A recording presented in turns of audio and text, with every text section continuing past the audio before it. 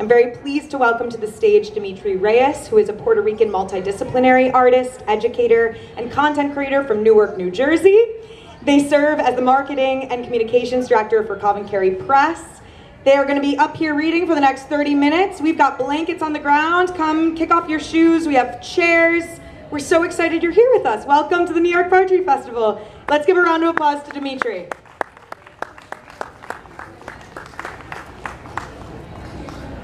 Welcome everybody, poets and poetry appreciators alike. As mentioned, I'm the Marketing and Communications Director, Dimitri Reyes, and I am going to step away from this microphone for 2.5 seconds.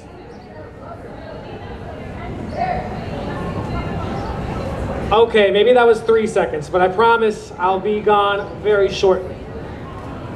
Because we have 4 amazing authors reading for us this afternoon. The first of which is going to be Margo Taft Stever. Margo Taft Stever's full-length collections include The End of Horses, Broadstone Books 2022, one of 3 winners of the 2022 Pinnacle Book Achievement Award, and winner of a 2023 New York City Big Book Favorite in the poetry category. Cracked Piano by CavanKerry Press in 2019, shortlisted with honorable mention for the 2021 Eric Hoffer Award Grand Prize, and Frozen Spring 2002 Mid-List Press First Series Award for Poetry. Her latest of 4 chapbooks is Ghost Moose, Cattywampus Press 2019. In 2022, Susanna H. Case and Stever edited I Wanna Be Loved by You, Poems on Marilyn Monroe, Milk and Cake Press 2022, which is the sole winner of the 2022 Pinnacle Achievement Book Award in the Anthology category, and a finalist for the 2022 International Book Award, and a finalist for the 2022 American Book Fest Award. Her poems and essays and reviews have appeared in magazines and anthologies including Plume, Verse Daily, Poem a Day, Prairie Schooner, Connecticut Review, Cincinnati Review, Upstreet, Plant Human Poetry, and it keeps going on and on. She's the founder of the Hudson Valley Writers Center, for which she served as director and later chairperson for the board of directors from its beginning in 1983 to 2000, and founder of Slavery Hole Press, in which she served as co-editor from its inception in 1990 until 2024. She also teaches a poetry workshop for at-risk adolescents at Children's Village in Dobbs Ferry, New York. Ladies and everyone else, Margo Taft Stever.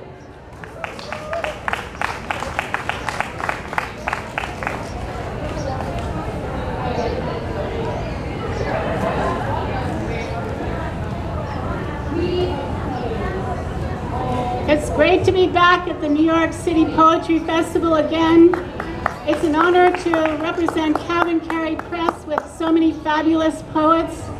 And I wanted to thank Dimitri Reyes and the other CavanKerry Press staff for making this reading possible.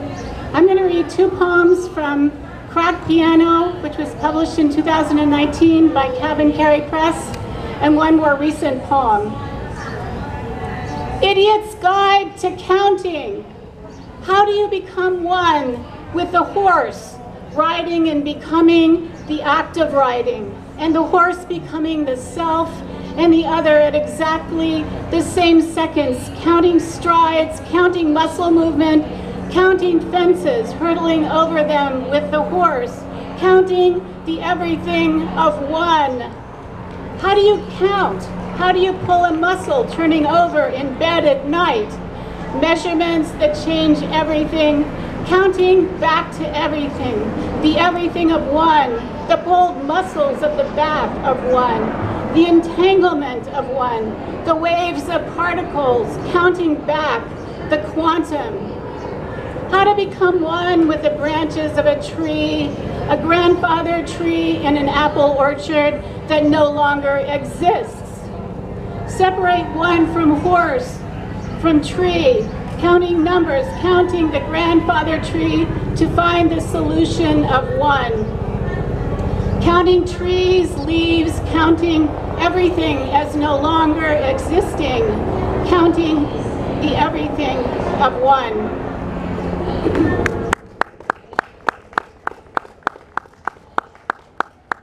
In the late 1800s, superintendents in insane asylums often held dances, then called balls, considered therapeutic for their patients, one of many misguided attempts to humanize the asylum. Spectators were sometimes invited. The Lunatic Ball. After Dance in a Madhouse, a painting by George Bellows, who lived from 1882 to 1925. Furious dancing gives way to screams. 5 men stare, ghoulish, at the wall. This is the Lunatic Ball. The best student Yale had ever seen. 3 months after graduation, typhoid, brains swelled inside his skull. They dosed out calomel. 5 ghosts appeared in a mercury dream. Headaches unbearable. This is the Lunatic Ball. Married 1 year, baby the next, his wife filed for release. The medical textbooks he gleaned, futile, endless stall. A woman names her baby doll Christ, lurches, leans a building in an earthquake, then she crawls. This is the Lunatic Ball. 1 man plays a flute, calls himself Faunus, another uses an invisible latrine. Attendants haul out a wild man in a straitjacket on a wooden beam. A woman growls like a bear. This is the Lunatic Ball. Behind a glass wall, well-dressed spectators, riveted, sit amused. Looking at them, the patients know that they are through. Spectacled men sport greatcoats, and laced-up women make jokes in the shimmering hall.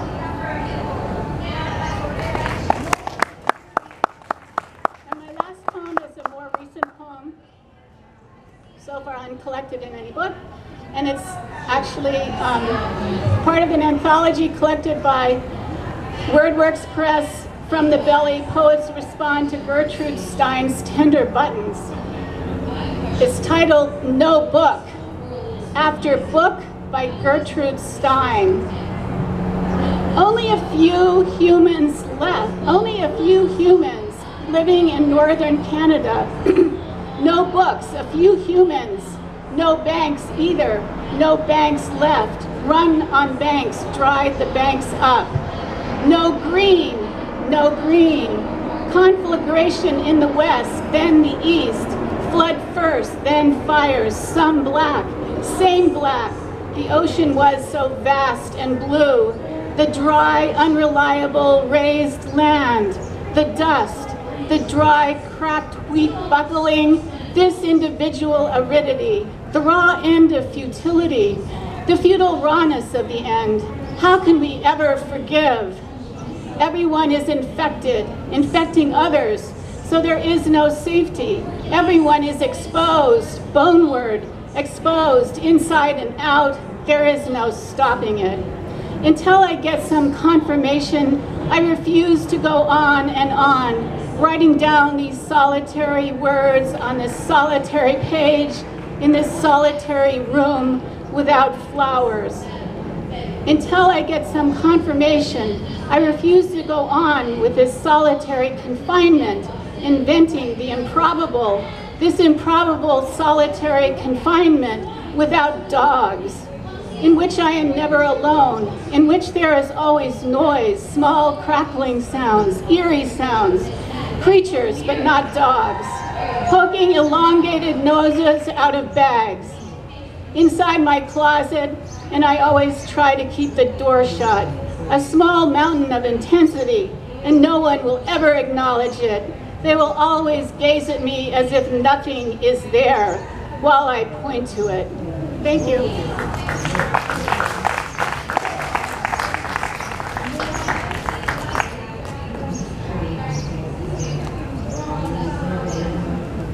All right, another hand for Margo Taft-Stever. Thank you.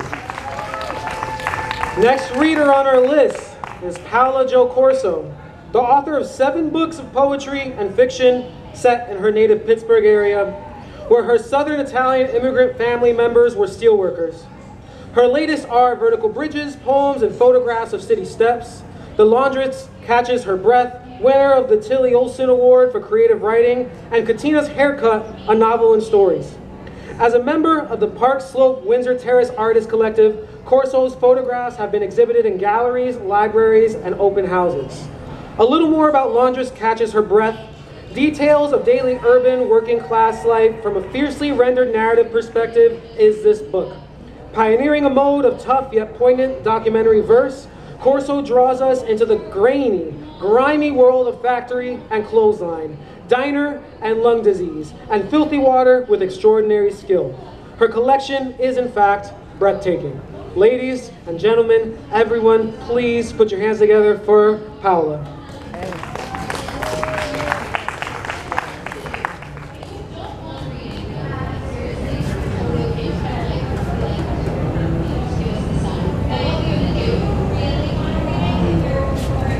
Thank you, everybody. I'm going to start with some poems from The Laundress Catches Her Breath.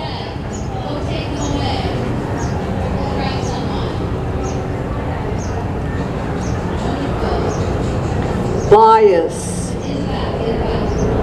She washes colors but prefers whites, bleaching streaks of yellow and mottled gray, grease on her apron from a shift at the fryer, stains that can't hide in dyes of mulberry and hunter green. She takes them on, face to face, like schoolgirls she fought and snapped in two. She walks away with a loose tooth that she yanks out, tarred from cigarette smoke. She couldn't get it white, no matter how hard she scrubbed. Thank you. This is the title poem, The Laundress Catches Her Breath. She swore off cigarettes, thinking the cost of the cartons she'd save every week would be enough money to rent a room, move out of her father's house. But then Stubby cut her hours again, and the Maytag Sud Saver broke the same day. She was right in the middle of a rinse when gray recycled water flooded the garage floor. She kicked the machine square in the gut. Didn't care what her father said about conserving water. Didn't care that they had that machine for as long as she'd been driving. Her aunt was right to use clean water and not a Sud Saver. They stopped making them in 2001, which told her something. She kicked it again and rescued her clothes out of the filthy water. Before she could mop the floor, her father came back from church, drove his 4-door sedan halfway into the garage. He saw a dirty river run toward his new white wall tires, slammed the brakes, got out, grabbed her clothes, and threw them on the ground to soak up the water. The sight sent her out the door for a smoke, though she told her dad she was going to call a repairman. She ran to her car, parked up the street, got in, rolled up the windows so she could inhale through her mouth and nose as if sitting in the chambers of her lungs. Whew. Okay.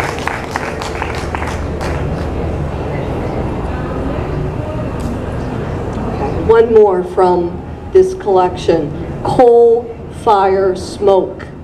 1. Nothing left but her ashes, the yard a pit of cigarette butts. She crosses over to say a few words to her neighbor's widowed dad, a lump of tan man visiting from Georgia. You're good looking, Mr. Slater. That much I can see, love bug. And under the surface of khaki, a lump of wallet that burns and burns steady. 2. Please, call me Willie. She offers to keep house for him, iron his boxer shorts with creases. Heat up beef pot pies in the oven until peas flame on the fork. Wally puts his hand on her shoulder and smiles. I'm old enough to be your father. 3. Her dad charges over, mouth wide open, his breath spiraling in her face. He's ready to yell at her, but doesn't when Wally says, sounds like your daughter must be good to have around the house. She doesn't want to hear his answer, leaves to put her butt out, one long cylinder of ash, ready to flake and fall. Okay, I'm from Pittsburgh, and we have more public stairways than any other city in the country. And this book is called Vertical Bridges, Poems and Photographs of City Steps. I'm going to read 2 short poems. This first one is In a Moment, and it's the Spanish Steps in Rome, Italy. Didn't we stand there once in the internal city, steps connecting the piazza at the top with the one at the base, a fountain and a wish below, a church and a prayer above? Didn't you gaze at bell towers and pray for good health after you saw John Keats's name on a house beside the steps, where the poet lived, where he died at the age of 23? And didn't I see the fountain shaped like a half-sunken ship with water overflowing its bow?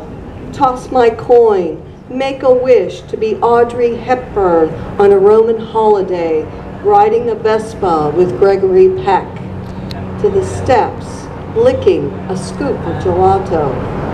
And was that not our moment of innocence and experience, inseparable as they are, as we were climbing those steps, climbing in both directions? And one last very short poem that I want to read to you. It's called Love's Ladder, and this is for a Chinese couple. Ask yourself what you would do for love. For over 50 years, a man chiseled 6,000 steps out of rock from the village Gotan to the mountaintop, where he and a shunned woman 10 years older fled to live in seclusion. Grass and roots for food, walnuts and dates, fish caught, leaves ground into flour, a kerosene lamp for light, 2 wooden stools, and their embrace to warm the chill of night. It was rare for her to climb down and face village gossip. Some say the times she did were for her husband, so the soles of her feet could touch every slab he carved with loving hands. Thank you.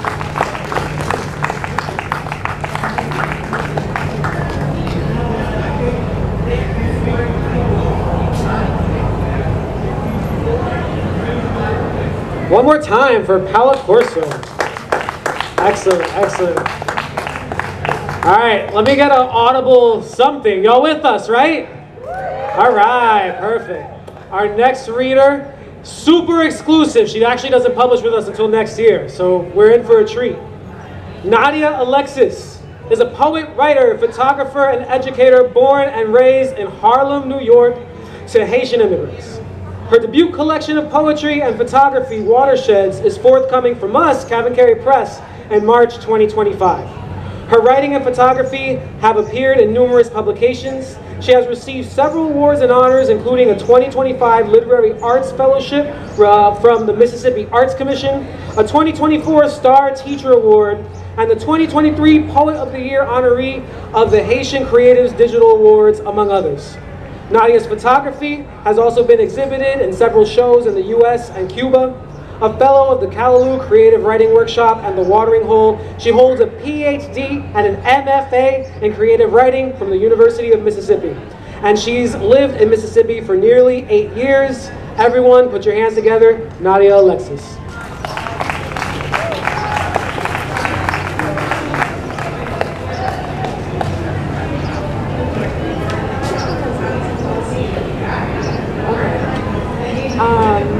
Is this the right mic? Y'all can hear me? Can y'all hear me? Louder?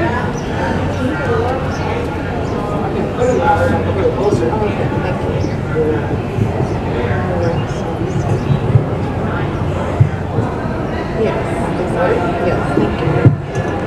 Alright, so I'm going to try to project as much as possible. The first poem is called Language, and it's a palindrome poem. Language. The ocean swallowed a father, my father's father whole. His father ate too many hearts of chicken and women. He ate his children, my father, one of them. By the time my mother and father walked by the same tree, he was born again into new skins. My father is multilingual. He knows the cadence of clouds after murmuration, the language, algebra equations, American English, rough hands, Haitian Creole, turnbacks, and laughter. He taught me how to eat the sun in my own tongue. How to eat the sun in my own tongue. Turnbacks, and laughter. He taught me English, rough hands, Haitian Creole, algebra equations, American after murmuration, the language. He knows the cadence of clouds into new skins. My father is multilingual. By the same tree, he was born again. By the time my mother and father met his children, my father, one of them, too many hearts of chicken and women. He ate his father's father whole. He ate the ocean and swallowed a father. The next poem is called Watershed, which is the title poem of the book.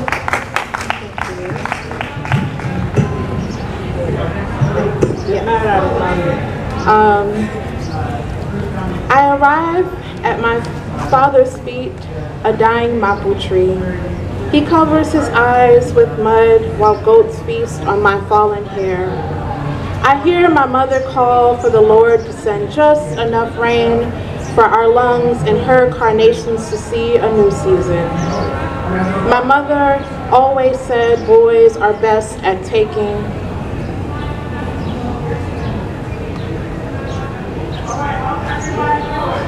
I once loved a boy who turned pomegranates in my yard into salt.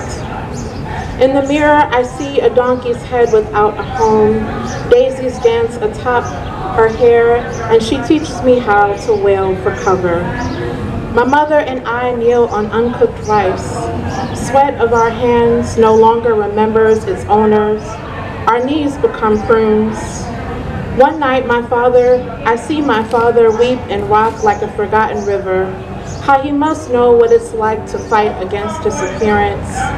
The longer I stay in the home my lover and I built on the mountain, the more I tire of circadian leaps into the field of cacti. Every year, Lake Azui floods and forces change on the trees and birds and people of the watershed. They no longer believe the water will leave them.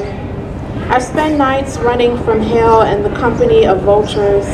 I make peace with the ways my father and I look away from errors and ruin. My parents make rituals of warnings, and I follow in their footsteps anyway. My mother says I can build a new home from clouds, and I believe her.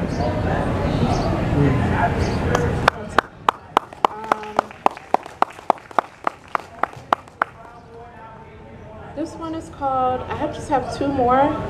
This one is called Prayer to Ezili Danto. In my dreams, I run across the ocean and become more woman with each wave. Something like you. I fly bruiseless and renewed by blue suns. Assemblies of mothers and daughters sing and laugh big until we fly Hand in hand, we sweat and become our own guava horizons. Every coconut tree is a city that welcomes us. No one tries to take the moon from our teeth. In this world, we don't have to lower our heads or bend. Everywhere we go, so does the water. Our hair shimmies at the clouds and makes songs with the wind. No rape, no black eyes, no pockets or souls sucked dry. No one to lead us away from this home. Everything we can dream is blooming and true. And the last one is called Pray, spelled P-R-E-Y. My lover once said a woman is best with a mouth as a closed door. If she should want to open it, let it be brief and of bright blooms. If she should dare to make herself bigger than a man, with her voice full of restless bells, she must be ready to make war with her hands. If she can't, she must nail her tongue to a tree's bark, or he'll bury her in the earth's belly. I no longer wish to be the ground carrying him, no longer wish to follow the rules that drain me of fresh water. Today I am guilty of becoming a falcon, every bit of him for my consumption.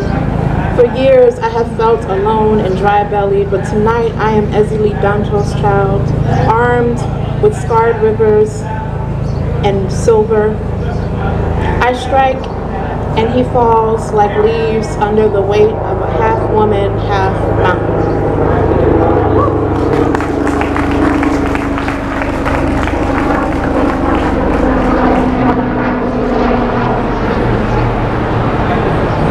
Okay, everyone, Nadia Alexis. Our final reader is Celia Bland, whose third collection of poetry, Cherokee Roadkill, was published in 2018 with pen and ink drawings by Kyoko Miyabi. With Martha Collins, she co-edited Jane Cooper, A Radiance of Attention, for the University of Michigan Press, and is currently co-editing a collection of essays on the work of poet Maxine Chernoff for Mad Hat Press. Shooting Scripts, her cycle of poems about the Seminole leader Osceola, with digital projections by Berlin-based artist Cameron Seglias, was filmed at the Green Kill Gallery in Kingston, New York.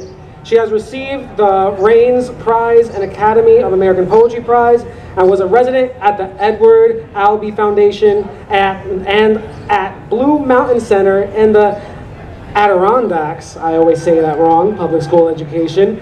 She is a faculty associate and an administrator at the Bard College Institute for Writing and Thinking. Everyone, Celia Bland. Thank you.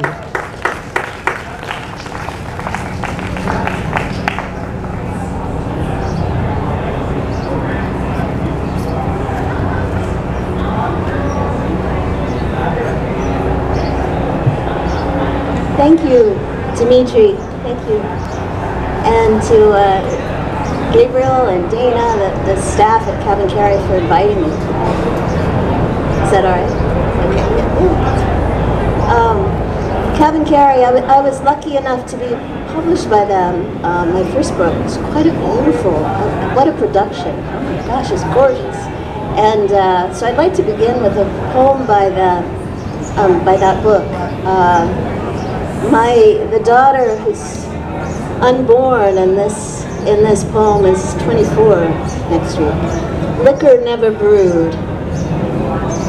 It was a day that ended in bed. We curved, quotations marking something spoken, lick me, and a curling tongue betrayed the other into sound. Why can't it be like this every day, you said. And I said, never again. You want what you want. From the very root of my tongue, I want life. So I sucked deep breaths into my lungs and coughed a baby into my open palms. She is an offering so small her knees cannot bend. She is a longing pushed so hard into the world, her collarbone cracked. I long for night sky. I want peace, no electricity. She wants me. Her dreaming mouth chaws, straining under my breast, eyes locking mine, suspicious and trusting at once. Sniff my rich odor, daughter. Life is your liquor, and I am a pot of hops brewing. Call it milk. Swallow it and spit back the ropey strands, everything you do not want or need.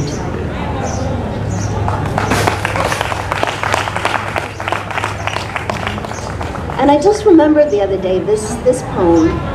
I hadn't thought of it for a very long time. Serial killer. No blood on Henry's hand. Women do not dirty him. Women are frontiers of skin. His knife, a cartographer's pen. He arranges their elastic, initialed limbs before the television. A parchment frontier bursts aflame as Bonanza begins. I snap the peonies at the splint of shoot and stem. They die on my table. Fragrant, quiet, pink. Henry cuts ahead into a tub. He has a glass of clean water, sipping itself.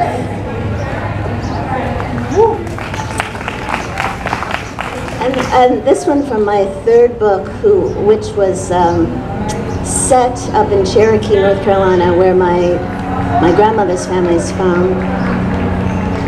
Car crash. There are many car crashes up there.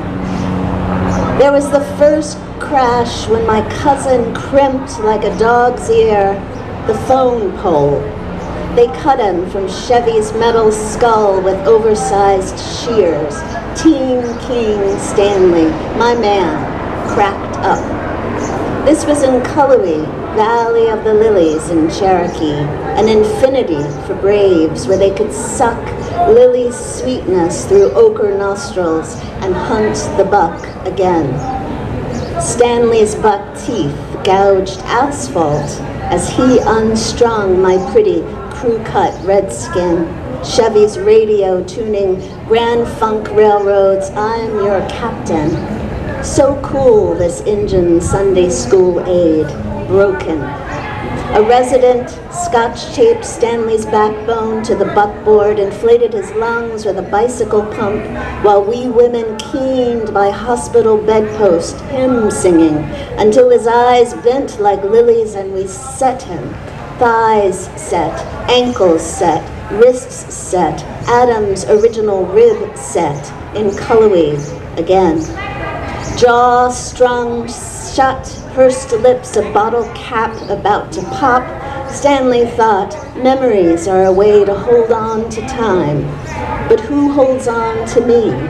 Who is brave enough to let me go? He drunk those 13 beers through a Dixie straw. The Impala crumpled like Kleenex in the second crash. Cullowhee,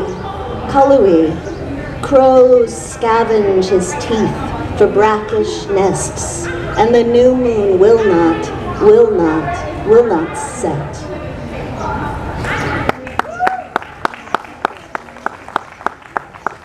And then from a new poem from a series that's about, I had to travel a lot before COVID around the world. I was lucky enough to travel to places like Myanmar and Kyrgyzstan and Lithuania and Russia. And I was working with teachers there.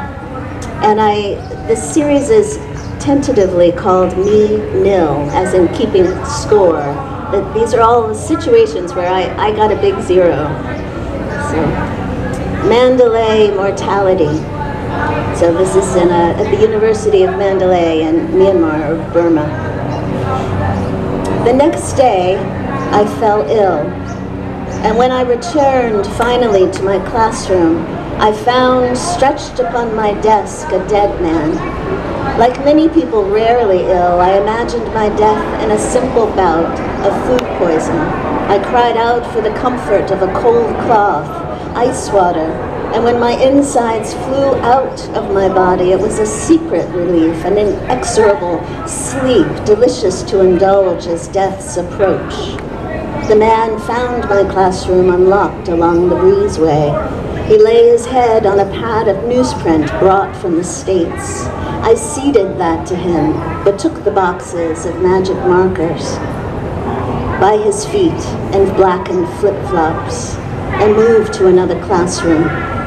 Miserably wan, I was the sole button on a Madras shirt, the faded print of his grimy longy as he lay, knees drawn and locked, flesh lax except at the skull, where skin pulls taut at temples hollow. I felt that if I stood at just the right tile in my classroom's floor, I would see through the temple into his skull's delicate shell, that magic box, unlocked.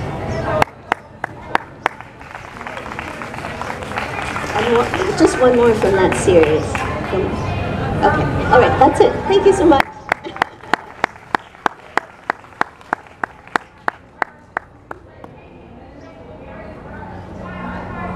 Let's give it up one more time for the CavanKerry Press. Incredible, beautiful work. Congratulations, you have made it to Governor's Island. You are at the New York Poetry Festival.